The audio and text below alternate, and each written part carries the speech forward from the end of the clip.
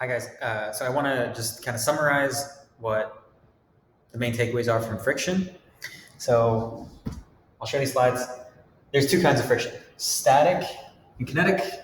Static is when the two surfaces are at rest relative to each other, and they're not sliding past each other. So imagine I have a desk on the floor and I'm trying to push it and it doesn't budge. What's opposing me, why the desk isn't accelerating, is static friction. And what you saw in the force sensor videos was sort of this shape of static friction is opposing the motion. Sorry, this is force versus time. And when I was pulling or pushing on an object, it's gonna be at rest this entire time. And then there's this maximum value. And when I overcome this maximum value, that's when it starts to slide. We summarize this in an equation. What affects the force of friction? This is a number that'll depend on the two surfaces. So if it's like wood on wood or wood on rubber, something on ice, you're going to get a new coefficient each time. This number tries to capture that relationship.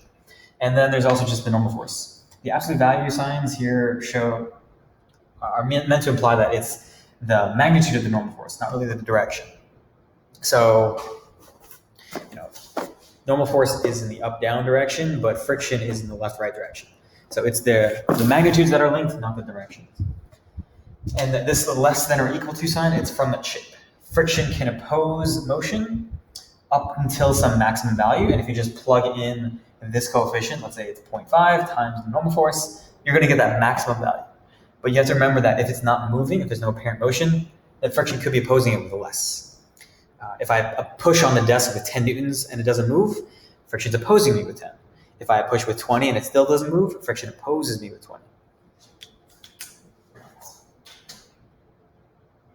The other key thing to friction is that when two surfaces do slide, so when I do overcome that maximum value of static friction, we call that kinetic friction. So the surfaces are sliding past each other, and it is a constant value. So that's like the key difference. Independent of the speed, independent of whether it's accelerating or moving at a constant speed, this value doesn't change. So if I know the coefficient, let's say it's 0.2, I multiply that by the normal force, and that's going to be the friction from the surfaces that's going to oppose me, whether I'm moving at like 10 meters per second or 20. As long as I've overcome that maximum value of static friction, then kinetic is what's going to come into play. Similarly, surface area doesn't matter. The only thing is the normal force. And that's captured in this equation. So let's do some examples. Box at rest on a floor. What is the force of friction? Take a minute, pause the video, see if you can figure it out. There is nothing acting on this, so it's just gravity and normal force. If you don't push the box, friction isn't going to oppose it. There doesn't have to be friction there. If there was just friction, then it would accelerate, and that's unphysical. So in this case, the force of friction is 0. What about when I'm on a 30-degree incline and it's a 20-kilogram box? What is the force of friction then? Take a minute, pause the video, see if you can figure it out. Hopefully you started with a free body diagram. You have gravity going down. You have the normal force going perpendicular. Now I know that I can sort of visualize the vector addition diagram. I know when I add those two vectors, if it's just those two vectors, I would have acceleration down the ramp. But I'm told that this thing is at rest. So from the motion, I conclude that, oh no, something is bringing me sort of back to my starting point. Something is causing the net force to be 0. What is that something? It's friction. And you should be able to identify, is it static or kinetic? If it's at rest, it's not moving, there's no sliding, this is static. So this is the normal force, this is gravity, and this is sort of what it looks like on my free body diagram. I'll try to write a little bit bigger. So this is the free body diagram. F, F, S, F, N, F, G. Notice I'm not given mu sub s, so I can't calculate it that way. I need to actually calculate it from the fact that the forces are balanced. And they're balanced with friction being equal to the parallel component of gravity. So if I can find the parallel component of gravity, boom, I'm in business. So I'm going to go to the parallel equation. Sum of forces in the parallel direction is equal to ma parallel, but this is 0 because it's at rest. So this is Fg sine theta minus Ff is equal to 0. Ffs is equal to Fg sine theta.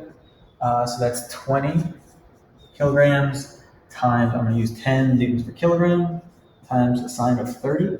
Sine of 30 is 0.5. So this works out to 100 newtons. That is what friction is opposing.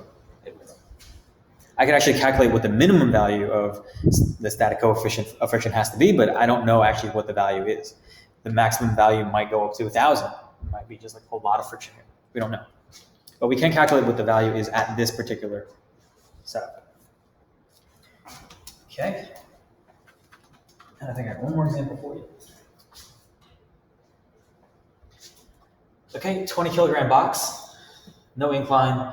I'm given 2 coefficients of friction, and I want to find the acceleration given this force being applied to it. Try to work it out. Pause the video. It's good that you attempt it before I work it out. See if you can work it out.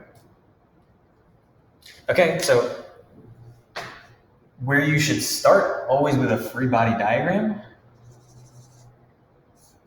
Fg down, Fn up. Let's say the 140 newtons is applied to the right. What is friction? I'm going to do this as a dotted line.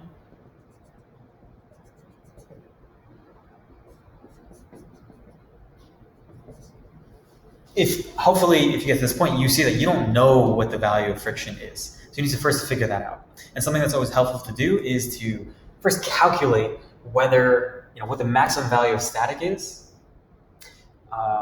and see, given the force that's being applied, is it more than static, that maximum value of static? If so, then it's going to be kinetic. You need to work it out. You can't just know off the top of your head. So if I work this out, Ffs max is equal to mu s Fn. And I know, I'm just going to do this in my head, that this is a 200 kilogram box, that Fg equals mg. So that's 20 kg times 10 newtons per kilogram, 200 newtons, just like in the previous example. So I know that normal force and gravity are equal, so that this is also equal to Fn. So this 200 is what I'm going to put in here. 0.5 times 200 newtons, and that gets me 100 newtons. So that's the maximum value of static friction. So based on that value, is this thing going to be moving or not? You have to compare it to the 140. The 140 is greater than the 100, so this is applying enough force to overcome static friction, so this thing is going to slide. So now I know that this is going to be, this is a little bit less than the 140, and it is kinetic. And what is the value of kinetic? That's what I want to calculate. Ffk is equal to mu k times Fn. So that's a 0.25 times 200 newtons, and that's 50 newtons. To find the acceleration, last step, sum of forces equals ma, trusted Newton's second law. I know there's the 140 minus the kinetic friction, so that's the 50. And that is equal to the 20 kg times my acceleration. So when I work this out, this is 90 over 20 is equal to acceleration.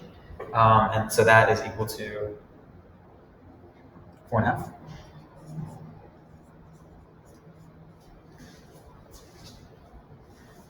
This isn't the answer that I was expecting. Yeah, I know, this works out okay. Just a quick extension. If only 80 newtons of force are being applied, can you figure out what the acceleration would be? it'd be 0 because it'd be less than this maximum value of static friction. So that's kind of the hardest value, it's one of the trickier problems with friction when you don't know whether it's moving or not. And so you need to figure out what the static value is, what the maximum static value is. Okay, hope that was helpful. See you guys around.